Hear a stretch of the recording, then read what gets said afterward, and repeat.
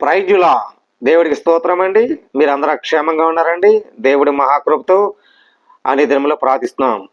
క్రైస్తవ ప్రేమ సహవాసం యూట్యూబ్ కేంద్రం మీకు అందించిపోయే ఈరోజు వాక్యం మొదటి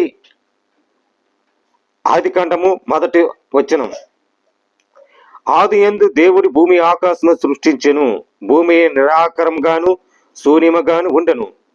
చీకటి అగాధ జనములుగాను పై కమ్మురించెను. దేవుని ఆత్మ జనులపై అల్లాడుచుండెను.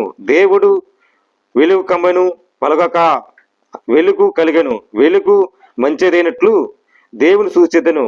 దేవుడు వెలుగును చీకటినికి వేరుపరచెను. చీకటిని దేవుడు వెలుపరచగా దేవుడు వెలుగగా రాత్రి యందు పేరు పెట్టెను. అస్త సమయం ఉదయమున కలగకుండగా ఒక దినమాయను. దేవుడి స్తోత్రమండి. దేవుడు భూమి ఆకాశం పుట్టించెను. నిన్ను నన్ను వెలుగగా ఉండాలని, చీకటిని మరి ఉండాలని దేవుడు ఆనాడు ఆజ్ఞాపించారు. అవ్వ ఆదాము అయా జనములు ప్రపంచమంతా వెలుగు సంపాదించాలని, ప్రపంచమంతా చీకటిగా ఉండాలని, వెలుగులో కష్టపడాలని, చీకటిలో నిద్రించాలని, సూర్య అస్త సమయంతో మునిపే మీరు వెలుగు సంబంధులై ఉండాలని దేవుడు ఆజ్ఞాపించారు. ఆనాడు అవ్వ ఆదామ ఏ ప్రకారంగా దేవుని అంత విశ్వాసించి దేవుని మార్గంలో నడవాలని దేవుడే ఆజ్ఞాపించారు.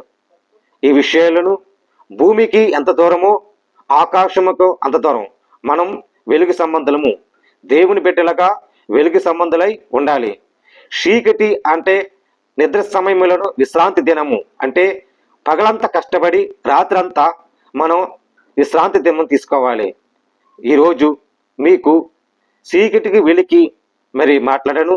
ఈ విషయాల మట్టేనా దేవుడు మనందరూ కూడా పక్షముగా వెలికి సంబంధములుగా చీకటి సంబంధములుగా దేవుని యందు మనం ఎలాగిచ్చాడు, అలాగే కూడా మనందరూ కూడా దేవుని ఆత్మ అంటే పరిశుద్ధాత్మ దేవుడు మనకిచ్చాడు.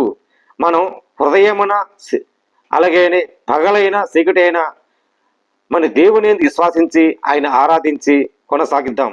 దేవుడి మాటలు దీవించిన కాక ఆమేన్. ప్రైజులండి.